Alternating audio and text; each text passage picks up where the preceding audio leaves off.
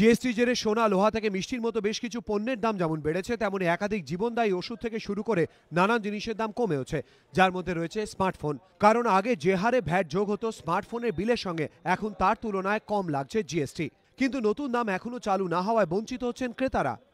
আগে 14.5% আমাদের এখানে ছিল, সেটা 12% হচ্ছে। দামি ফোন সস্তা, মানে স্মার্টফোনটা সস্তা হবে। সস্তা হয়েছে বিভিন্ন বাথরুম সামগ্রীও।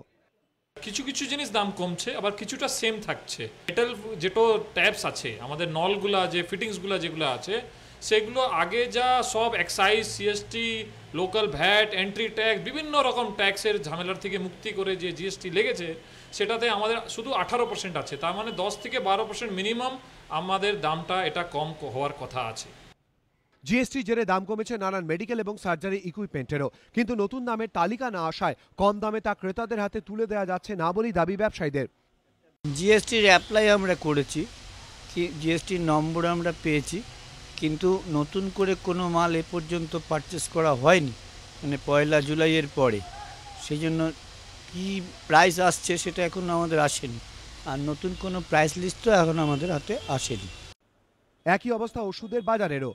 জিএসটি জেরে বেশ কিছু ওষুধেরই দাম কমেছে, কিন্তু দোকানে অনেক ওষুধ পাওয়া যাচ্ছে না বলে অভিযোগ। শুক্রবারটা শেষ দিন ছিল, শনিবারটা প্রথম দিন, রোববার দ্বিতীয় দিন ধরে আজকে তৃতীয় দিন, কোনো কিছু ডেভেলপমেন্ট হয়নি বা নতুনভাবে কোনো মাল এখনও পর্যন্ত পাইনি। আজ 3 মাস হয়ে গেছে, কিন্তু আমি ডাক্তার দেখাবার পরে এই ওষুধটা আমায় লিখে দিয়েছে। আমি 10খানা দোকান খুঁজেছি, আমি ওষুধটা পাচ্ছি না এখন। একই ছবি জেলাতেও। পশ্চিম বর্ধমানের দুর্গাপুর ও বেনাচিটি সিটি সেন্টার এলাকায় বড় বড় ওষুধের দোকান, কিন্তু অভিযোগ হৃদরোগ, প্রেশার বা সুগারের ওষুধ অনেক দোকানেই পাওয়া যাচ্ছে না। কি করে সামলাবো এইসব খবর পেয়ে 15 তারিখ অব্দি স্টক করে নিয়েছি। ওষুধ থাকলেই তো মরে যাবো, তার আগে প্রধানমন্ত্রীকে একটা চিঠি দিয়ে দেবো।